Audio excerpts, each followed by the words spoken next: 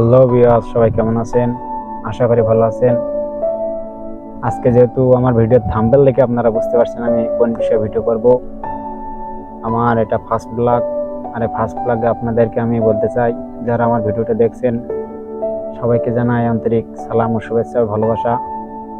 এবং আপনারা যারা আমার এই ভিডিওটি দেখছেন সবাই আমার চ্যানেলকে লাইক করবেন এবং সাবস্ক্রাইব করবেন এবং শেয়ার দেবেন, যাতে করে নিত্য নতুন ভিডিও পেলে আপনাদের কাছে চলে যায়।